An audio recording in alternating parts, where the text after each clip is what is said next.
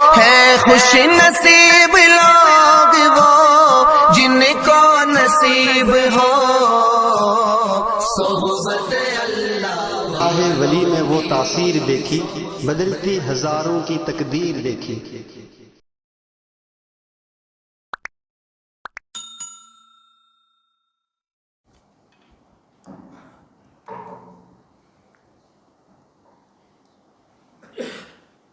الحمد للہ وکفی وسلام علی عباده الذین اصطفى اما بعد فاعوذ باللہ من الشیطان الرجیم بسم اللہ الرحمن الرحیم قال اللہ سبحانہ وتعالی فی کتابہ الکریم والفرقان العظیم یا ایہا الذین آمنوا اتقوا اللہ حق تقاته ولا تموتن الا وانتم مسلمون سبحان ربک رب العزة عما یصفون وسلام علی المرسلین والحمد للہ رب العالمین اللہم صل علی سیدنا محمد وعلی آل محمد فی اول کلامنا وفی اوسط کلامنا وفی آخر کلامنا۔ میرے عزیز بزرگوں، دوستوں، ساتھیوں، نوجوانوں، اللہ تعالیٰ نے انسان کو مخلوقات میں سب سے پیارا اور افضل بنایا ہے۔ جتنی مخلوقات مجھے اور آپ کو نظر آ رہی ہیں، ان تمام مخلوقات میں اللہ کے نزدیک سب سے زیادہ جو محترم ہے، مکرم ہے، وہ انسان ہے۔ لیکن انسان کی فضیلت اور انسان کا احترام اور انسان کی بزرگی اور انسان کی سپیریارٹی یہ کس وجہ سے اللہ کے نزدیک ہے کہ یہ انسان اللہ کے نزدیک محترم ہے؟ یہ تقوی کی وجہ سے ہے۔ ان اکرمکم عند اللہ اتقاکم، تم میں اللہ کے نزدیک سب سے زیادہ محترم، قابل عزت، قابل احترام، قابل تکریم وہ ہے جو تم میں سب سے زیادہ اللہ سے ڈرنے والا ہے۔ اللہ کا ڈر یہ آج ہماری زندگیوں سے نکل چکا ہے۔ اگر کسی چیز کی اس زمانے میں کمی ہے تو اللہ کے ڈر کی کمی ہے۔ باقی تمام چیزیں اپنی فراوانیوں کے ساتھ، بہتات ہے چیزوں کی، فراوانی ہے، بہت زیادہ ہیں تمام چیزیں، باتیں بہت ہیں، لباس بہت ہیں، چیزیں بہت ہیں، ساری ضرورتیں پوری ہو رہی ہیں، لیکن اللہ کا ڈر ہماری زندگی سے نکل چکا ہے۔ اگر کوئی چیز سب سے کم ہماری زندگی میں ہے تو اللہ کا ڈر۔ اللہ کا ڈر ہے کیا چیز جس کو قرآن بار بار استعمال کرتا ہے تقوی کا لفظ؟ یا ایھا الذین آمنوا اتقوا اللہ، یا ایھا الناس اتقوا ربکم، یا ایھا الذین آمنوا اتقوا اللہ، قرآن بار بار کہتا ہے قوا انفسکم۔ یہ بچنا، یہ احتیاط، یہ اللہ کا ڈر، یہ ہے کیا؟ انسان کو یہ خیال رہے کہ مجھے میرے ایک مالک اور ایک خالق نے بنایا ہے اور مجھے اس کو ہر عمل کا جواب دینا ہے، ہر عمل کا، چاہے میری زبان سے کوئی لفظ نکلے، اس بولے گئے جملے کا بھی مجھے جواب دینا ہے، میرے ہاتھوں سے ہونے والے عمل کا بھی جواب دینا ہے، پیروں کی چال کا اور پیروں کے قدموں کا اس کا بھی جواب دینا ہے، آنکھوں کے دیکھنے کا بھی حساب دینا ہے، میرے جسم سے جو وجود سے جو چیز بھی نکلے گی اللہ کے یہاں لکھی جائے گی اور اللہ کی عدالت میں مجھ کو پیش کرنا پڑے گا۔ مثال کے طور پہ جب اللہ کا ڈر زبان انسان کی زندگی سے نکلتا ہے تو زبانیں بے قابو ہو جاتی ہیں، اور نگاہیں بے قابو ہو جاتی ہیں۔ اس زمانے کے دو اہم ترین فتنے ہیں زبان کا بے قابو ہونا اور نگاہوں کا بے قابو ہونا۔ یہ زبان اور نگاہ کا گناہ اتنا عظیم گناہ ہے، اتنا سنگین جرم ہے کہ اس سے اللہ کے رسول نے ڈرایا ہے لوگوں کو اور بچنے کی تلقین و ترغیب فرمائی ہے۔ حدیث پاک میں آتا ہے کہ انسان اپنی زبان سے کوئی جملہ نکالتا ہے، اس کو اہمیت نہیں دیتا، لیکن اللہ کے نزدیک وہ جملہ بہت سنگین ہوتا ہے، وہ بہت بھاری جملہ ہوتا ہے، اور اس زبان کے گناہ کی وجہ سے جہنم میں پھینک دیا جاتا ہے، بہت دور پھینک دیا جاتا ہے، اس کو احساس بھی نہیں ہوتا۔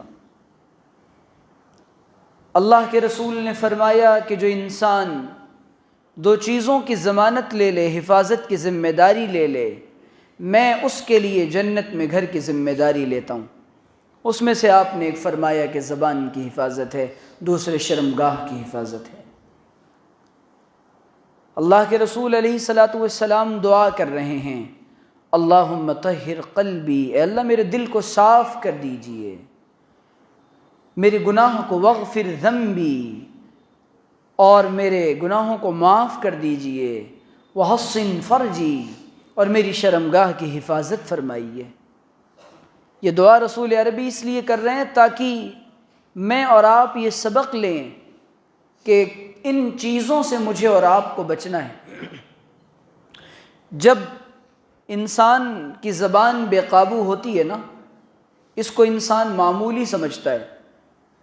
سوچنا چاہیے کہ اگر یہ زبان کا نکلا ہوا جملہ ابھی اللہ کی عدالت میں اس کو پیش کرنا پڑ جائے تو کیا میں اس پر گواہ اور دلیل پیش کر سکتا ہوں؟ کیا میں کوئی گواہ اور دلیل پیش کر سکتا ہوں اور اس کو ویسا ہی ثابت کر سکتا ہوں جیسا کہ یہ ہے اور جو بات میں کہہ رہا ہوں؟ تو بات اصل میں عزیزو یہ ہے، اور زیادہ بولنے کو اس زمانے میں کمال سمجھا جاتا ہے، غیر ضروری گفتگو کو، غیر ضروری غیر موضوع گفتگو کو، جو موضوع سے متعلق نہیں ہے، میرا موضوع ہی نہیں ہے۔ کسی ٹھیلے والے کے سامنے کوئی آ کر کے سائنس کی تحقیقات کی بات کرے اور بتائے کہ سائنس دنیا میں یہ کر رہی ہے، یہ کر رہی ہے، یہ کر، اس بیچارے غریب کو اس سے کیا مطلب ہے؟ زندگی میں ہزاروں چیزیں ہمارے سامنے ایسی آتی ہیں اور بولی جاتی ہیں جو ہمارا موضوع نہیں ہوا کرتی، لیکن ہم اور آپ اس پر لب کشائی کرتے ہیں، زبانیں دراز کرتے ہیں۔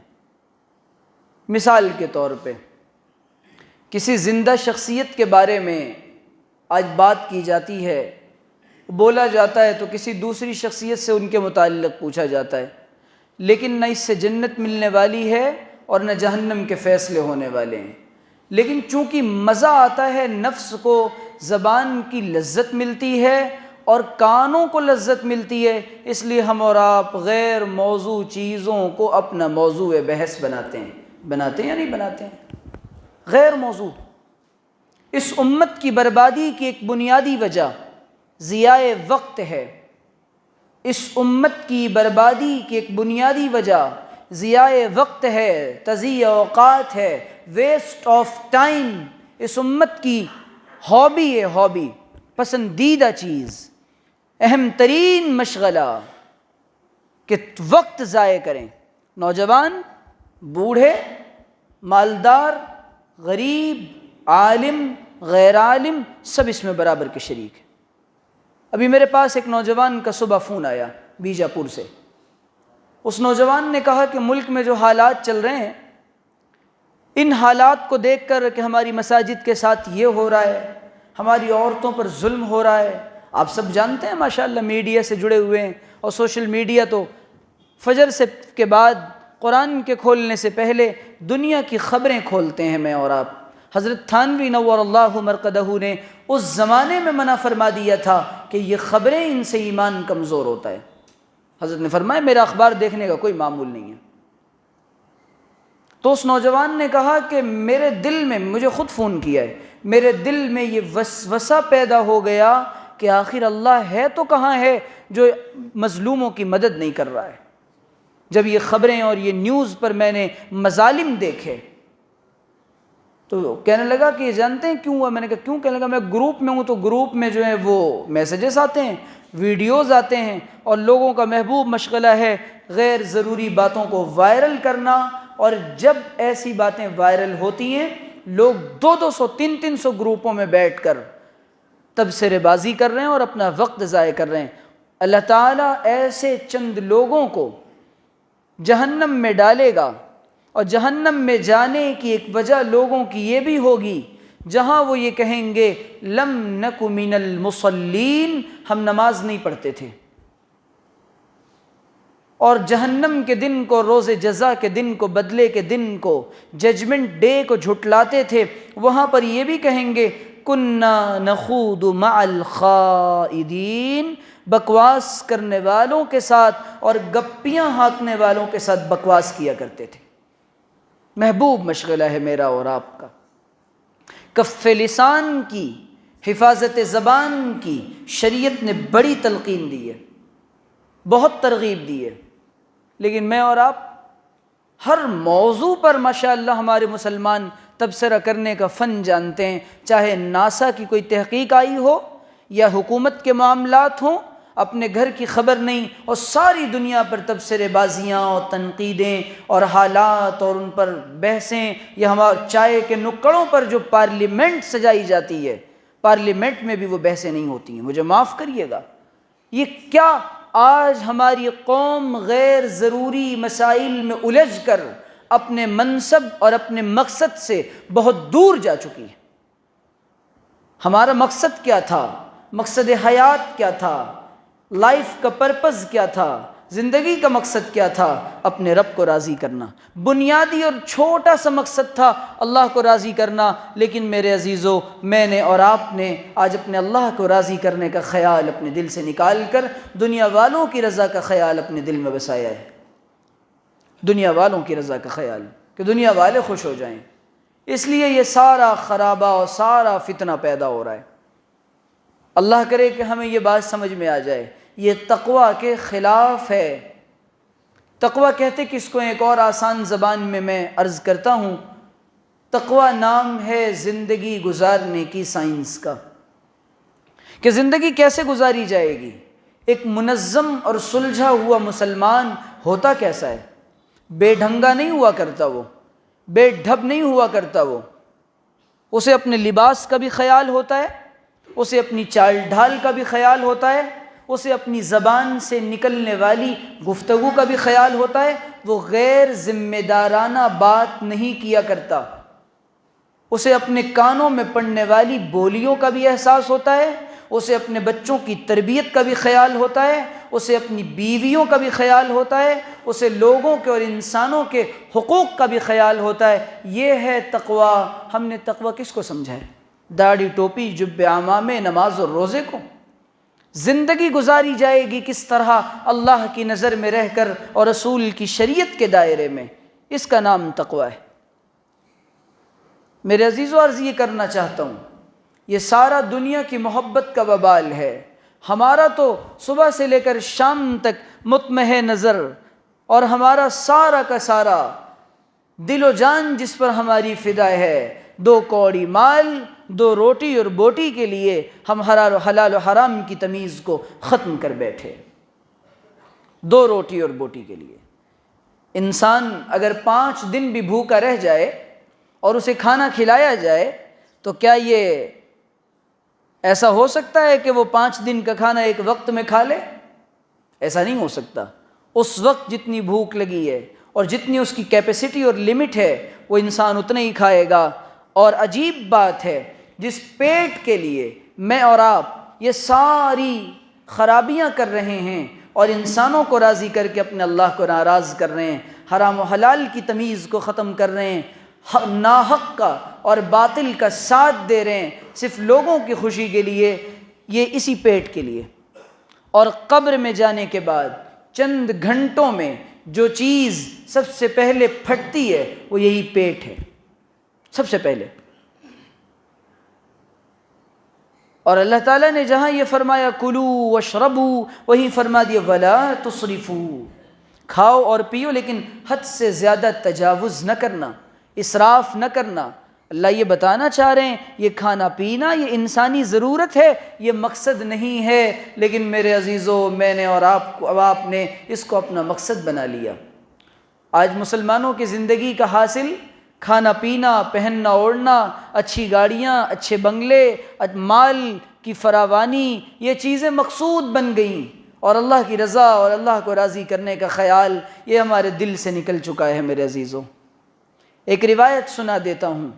عقبہ ابن عامر راوی ہیں، صحابی رسول ہیں۔ ہم میں سے اس زمانے میں ہر کسی کو نجات چاہیے، ہم میں سے ہر کوئی چاہتا ہے کہ ہمیں جہنم سے نجات مل جائے، دنیا کے جھمیلوں سے نجات مل جائے۔ ان تین باتوں میں جو اللہ کے رسول علیہ السلام نے صحابی رسول کو نصیحت فرمائی تھی، دنیا اور آخرت کی نجات کا سامان ہے۔ عقبہ ابن عامر آئے اور فرمایا من نجا یا رسول اللہ، اے اللہ کے رسول، من نجا والنجا یا رسول اللہ، نجات کیسے ملے گی اللہ کے رسول؟ آپ نے فرمایا تین باتیں۔ نمبر 1، املک علیک لسانک، امسک علیک لسانک، اپنی زبان پر کنٹرول کر لیں، اپنی زبان کو روک لیں۔ خدا کی قسم اس میں دنیا کی اور آخرت کی تمام عافیتوں کا راز ہے، تمام عافیتوں کا راز ہے۔ آج اس زبان کے بول کی وجہ سے گھروں کے فتنے، تجارت کے فتنے، حکومت کے فتنے، قیادت کے فتنے، مال کے فتنے، سب اسی زبان کی وجہ سے۔ امسک علیک لسانک، نجات چاہتے ہو زبان پر کنٹرول کرو۔ دوسری بات آپ نے ارشاد فرمائی کہ وبکی علی خطیئتک، اپنے گناہوں پر روتے رہنا۔ اس زمانے کا ایک بہت بڑا فتنہ یہ ہے، انسان اپنے گناہ کو گناہ نہیں سمجھتا۔ امت کی بربادی اور امت کے زوال کی ایک بڑی وجہ یہ ہے کہ میں نے اور آپ نے گناہوں کو گناہ سمجھنا چھوڑ دیا۔ باطل نے ایسی محنت کی ہے، باطل نے ایسی محنت کی ہے، حق اور باطل کو ایسا گڈمڈ کیا ہے کہ درست اور غلط کی تمیز ختم ہو گئی ہے۔ جس طرح دودھ میں پانی اس طرح ملا دیا جائے کہ دودھ اور پانی کی تمیز ختم ہو جاتی ہے، اب تو مشینیں ایجاد ہو گئی ہیں، اسی طریقے سے حق اور باطل کی تمیز بھی جب انسان کا دل گندا ہو جاتا ہے اور انسان کا دل گناہ کرتے کرتے پتھر کا سل بن جاتا ہے، تب حق اور باطل کی تمیز ختم ہو جاتی ہے۔ گناہوں کی ایک نحوست یہ ہوتی ہے کہ گناہوں کی نحوست سے کھرے اور کھوٹے کی پہچان ختم ہو جاتی ہے۔ آپ نے فرمایا وبکی علی خطیئتک، اپنے گناہوں پر روتے رہنا۔ ہمیں لگتا ہی نہیں کہ ہم نے کوئی گناہ کیا ہے۔ ایک حدیث اور سنا دیتا ہوں۔ اللہ کے رسول نے فرمایا جب ہم سے یعنی مومن سے کوئی گناہ ہوتا ہے تو مومن گناہ کو اپنے اوپر پہاڑ کی طرح تصور کرتا ہے کہ گویا کہ میں نے اتنا بڑا جرم عظیم کر دیا اور پہاڑ اپنے اوپر لے لیا ہے، یہ گناہ سمجھتا ہے مومن۔ اور منافق فرمایا منافق کی مثال، جب منافق سے گناہ ہوتا ہے سمجھتا ہے کہ ناک پر مکھی بیٹھی ہے یوں اڑا دیا، ناک پر ہلکی بات ہے گناہ، بدکاری کر لی ایمان لٹ چکا کوئی خیال نہیں توبہ کا، جوا کھیل لیا ایمان لٹ چکا کوئی خیال نہیں توبہ کا، چوری کر کے آیا ہے، سارق ہے لیکن کوئی خیال نہیں توبہ کا، کیونکہ گناہ کو اہمیت نہیں دے رہا۔ نبی نے فرمایا جب یہ گناہ یاد آ جائیں اور اپنے گناہ کو یاد کر کے وبکی علی خطیئتک، رویا کر۔ کہاں رونا دھونا رہ گیا اپنے گناہوں پر تنہائیوں میں؟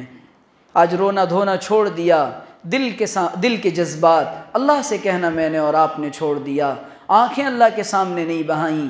دنیا کی بدبختی کی علامات میں سے شقاوت قلب اور دل کی سختی یہ ہے کہ تجھے اپنے گناہوں پر رونا نہ آئے، تجھے اپنے گناہوں پر رونا نہ آئے۔ ماضی کے گناہ انسان کو غمگین نہ کریں، ندامت و شرمندگی نہ ہو۔ نبی فرماتے ہیں وبکی علی خطیئتک۔ تیسری بات جس میں دنیا اور عافیت، دنیا اور آخرت کی کامیابی کا راز ہے۔ نبی فرماتے ہیں وَلْيَسَعُكْ فِي بَيْتِكَ، اپنے گھر میں رہ، تجھے تیرا گھر کافی ہو، تیرا گھر تجھے کافی ہو، اپنے گھر میں رہا کر۔ بے ضرورت تعلقات بڑھانا، بے ضرورت بازاروں میں گھومنا، بلا ضرورت لوگوں سے ملنا جلنا، بلا ضرورت لوگوں کے پاس بیٹھنا غیبتوں کا ذریعہ، کثرت تعلقات دل کی سختی کا ذریعہ، پھر حقوق متعلق ہوتے چلے جاتے ہیں، پھر غلط صحبتیں مل جائیں تو انسان کی دنیا اور آخرت دونوں برباد ہو جاتی ہے۔ اور فتنے کے اس زمانے میں انسان جتنا اپنے آپ کو لمیٹڈ کر لے، اپنی تجارت کو لمیٹڈ کیجئے، اپنے معاملات کو لمیٹڈ کیجئے، نہ ہر آدمی کو دوست بنائیے، نہ ہر آدمی کو رازدار بنائیے۔ اپنی سنگت اور صحبت کو دیکھیے، نہ لوگوں کے ساتھ بہت زیادہ اٹھنا بیٹھنا کیجئے۔ ایمان کے خرابی کی ایک وجہ غلط دوستیاں، غلط صحبتیں مل جائیں، ایمان لٹ جاتا ہے۔ نیک صحبتیں، نیک دوستیاں لگ جائیں، انسان اللہ کا ولی بن جاتا ہے، لیکن بہت ڈھونڈنے سے، بہت دیکھنے کے بعد یہ نعمت حاصل ہوتی ہے، پھر انسان حق اور باطل کی تمیز نہیں کر پاتا۔ یہ تیسری بات تھی، اس میں دنیا اور آخرت کی عافیت کا اور کامیابی کا راز چھپا ہے۔ اور میرے عزیزو، میں یہ عرض کرنا چاہتا ہوں، تقوی پر بات چلی تھی، یہ تمام کام تقوی میں آتے ہیں۔ یہ تمام کام آدمی اپنے گھر میں رہے، جب مسجد آئے۔ آج زیادہ بازاروں کی نحوست سے، چمک دمک دیکھنے کی وجہ سے سادی سی مسجدوں میں ہمارے دل نہیں لگا کرتے۔ مسجد کی چٹائیوں پر بیٹھنا دشوار ہو گیا ہے، صوفے اور قالینوں پر بیٹھنے کی عادت کی وجہ سے۔ امام کی بات اور مسجد میں ہونے والے جمعہ کے خطبات بوجھ معلوم ہوتے ہیں، کیونکہ اپنی رائے دینے کا اور خود بات کرنے کا اتنا شوق ہے۔ یہ قیامت کی علامت ہوگی۔ نبی نے فرمایا اعجاب کل ذی رأی برأیہ، ہر آدمی اپنی رائے کو پسند کرے گا، اپنی بات کو بڑھائے گا، کسی دوسرے کی بات کو اہمیت نہیں دے گا۔ یہ ہمارے دل کا مرض ہے۔ تو میرے عزیزو، چونکہ آج ایک فتنہ چلایا گیا علماء سے اور اہل اللہ سے دوری کا اور بدگمانی کا، یہ اللہ کے شاعر میں سے ہے کہ علم والوں کی اور دینداروں کی اور ان سے متعلق چیزوں کا ادب کیا جائے اور ان کی اہمیت ہمارے دلوں میں ہو۔ جب تک عظمت نہیں ہوگی اور دل میں ان کا احترام نہیں ہوگا، فائدہ نہیں ہوگا۔ اور یہ امت اس وقت تک راہ راست پر رہے گی جب تک کہ جو دین کے سیکھنے کے ذرائع ہیں اور دین کے ملنے کے ذرائع ہیں، قرآن و سنت اور علماء، ان کا احترام اور ان سے قلبی اور روحانی تعلق برقرار رہے گا۔ فتنہ چلایا گیا باضابطہ یہ کہ یہ امت علماء سے دور ہو جائے۔ آج بھی آپ کے سورت کے بعض علاقوں میں شکیلیت کا فتنہ بڑے عروج پر ہے۔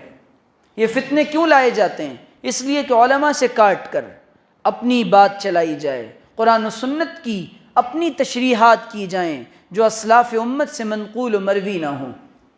تو میں یہ عرض کرنا چاہتا ہوں آپ سے، نجات اس میں ہے کہ یہ دین نام ہے، ایک تسلسل ہے، یہ سلسلہ ہے جو آج علماء سے لے کر نبی علیہ السلام تک پہنچتا ہے۔ اگر ہم اور آپ اپنی عافیت چاہتے ہیں، اپنے ایمان کی سلامتی چاہتے ہیں، اس دجالی دور کے اندر اپنے ایمان کو بچانے کے لیے علماء سے اپنا تعلق جوڑ لیں، اللہ والوں سے اپنا تعلق جوڑ لیں۔ اور آخر میں بات عرض کر دیتا ہوں، انسان گناہ کا پتلا ہے، گناہ ہو جاتا ہے، کرنا نہیں چاہتا۔ امام رازی رحمۃ اللہ علیہ تفسیر کے بڑے امام گزرے ہیں، ان کے استاذ تھے، وہ 30 سال تک ایک دعا کرتے رہے۔ وہ دعا یہ تھی، یا اللہ مجھے معصوم بنا دیجئے۔ ان کو 30 سال کے بعد اللہ تعالیٰ نے الہام فرمایا کہ یہ معصوم بننے کی دعا کیوں کرتے ہو؟ ہم نے تو اپنے تک پہنچنے کے 2 راستے رکھے ہیں، ایک تقوی کا راستہ ہے اور دوسرے توبہ کا راستہ ہے۔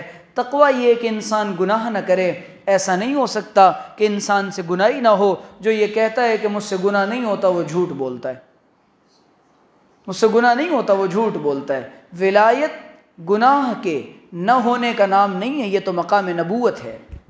ولایت گناہ کے تقاضا پیدا ہونے پر گناہ کے نہ کرنے کا نام ہے اور گناہ سے بچنے کا نام ہے، اور گناہ جب ہو جائے تو بے قرار ہو کر کے اپنے رب کو منا لینے کا نام ہے۔ تو توبہ یہ دوسرا دروازہ ہے ولایت کا اور اللہ تک پہنچنے کا۔ ایک راستہ ہے تقوی کا راستہ اور دوسرا راستہ ہے توبہ کا راستہ۔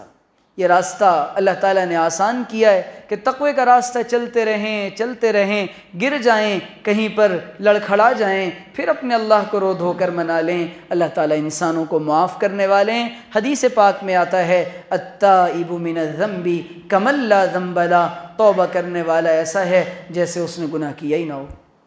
تو میرے عزیزو، یہ اللہ تعالیٰ نے موقع دے رکھا، اب رمضان کی آمد ہے، شعبان شروع ہونے والا ہے۔ شعبان کے اس مہینے میں ہمیں چاہیے ہم اللہ کے ساتھ اپنے تعلق کو برقرار رکھ لیں اور استوار کر لیں، درست کر لیں، اور اپنے اللہ کے ساتھ اپنا تعلق جو کمزور ہو گیا ہے اس کو دوبارہ سے مضبوط کر لیں، اور رمضان المبارک کی آمد سے پہلے شعبان کے اس مہینے میں ہم اللہ تعالیٰ کے ساتھ سچا تعلق بنا لیں اور پرانی زندگی سے سچی توبہ کر لیں۔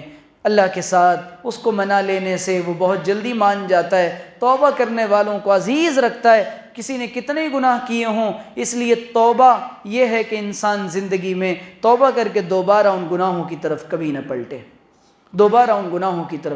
پلٹے، اور سچی دل سے اس کو ندامت ہو کہ یا اللہ میں نے واقعی آپ کو ناراض کیا ہے اور اب اس گناہ کی طرف نہیں جاؤں گا۔ اور جو چیزیں ان گناہوں کی طرف لے جاتی ہیں، ان اسباب کو، ان تعلقات کو، ان ذرائع کو، ان سوراخوں کو، ان راستوں کو بند کر دیں۔ اللہ کرے اللہ تعالی ہمیں اپنا سچا اور حقیقی تعلق نصیب فرمائے۔ وآخر دعوانا ان الحمد للہ رب العالمین۔